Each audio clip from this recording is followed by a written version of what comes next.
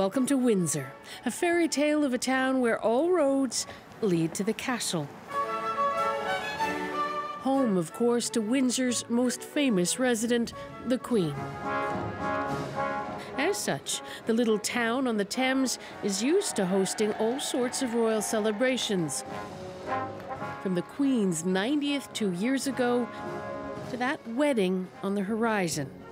Prince Harry and his American bride, Meghan Markle, will marry here in May.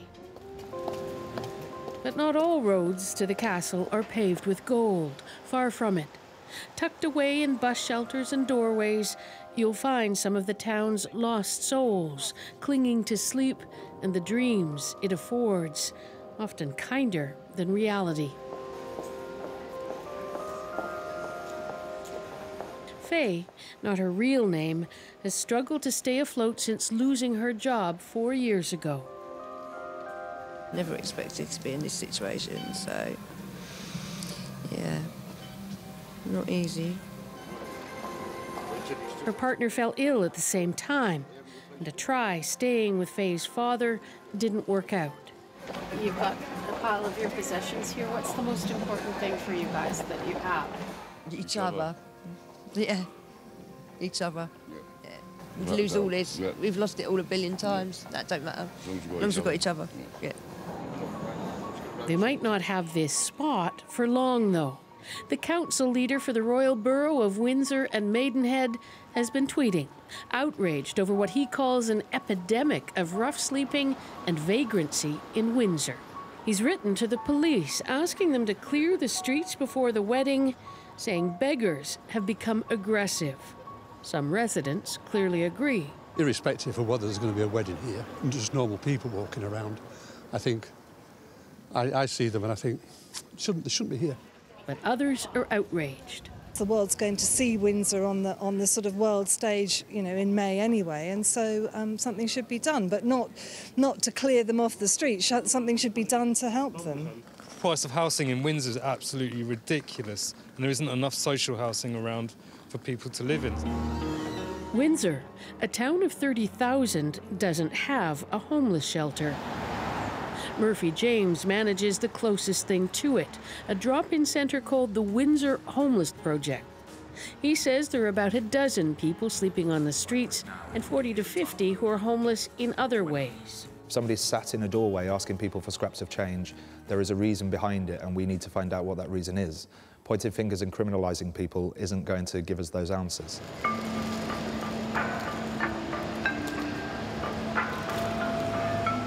London, big, bustling, and anonymous.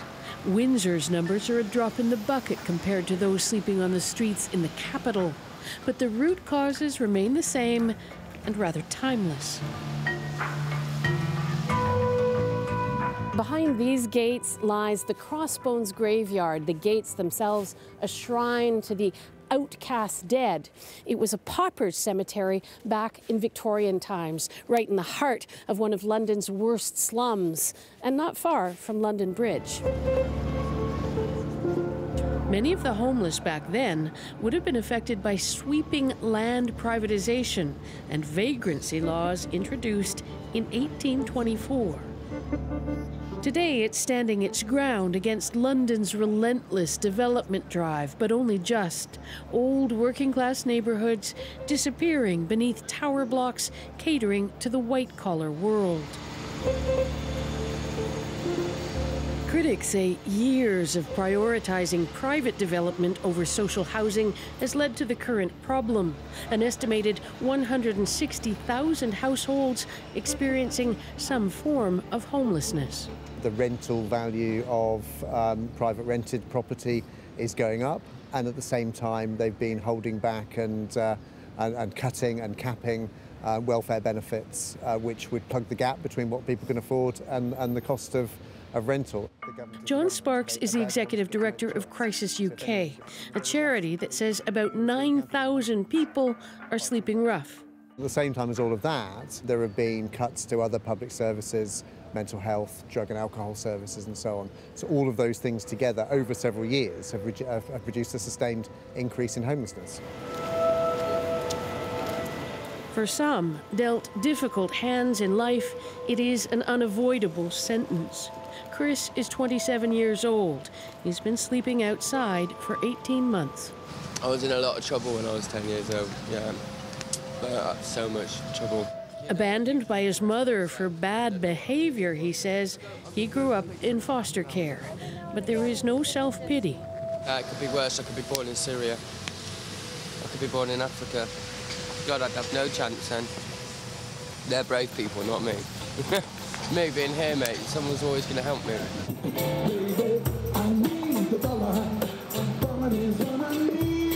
New government legislation obliging local councils to try and intervene before someone slides into homelessness will come into effect here in April. But for those who've managed to slip so far from the mainstream, finding a way back can be difficult. If you weren't an addict to begin with, you might slide into it just to keep the darkness at bay. If you want to sign on for Social Security, you need an address to do it. And there are those who, like the counsellor in Windsor, want the police to reach back to Victorian times and those vagrancy laws still on the books and making it illegal to beg.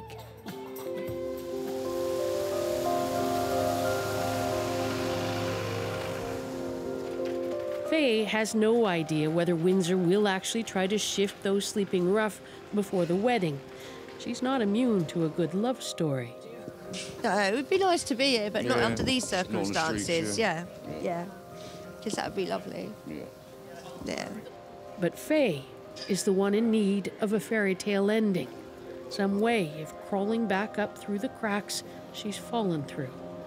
And that means being seen. Margaret Evans, CBC News, Windsor.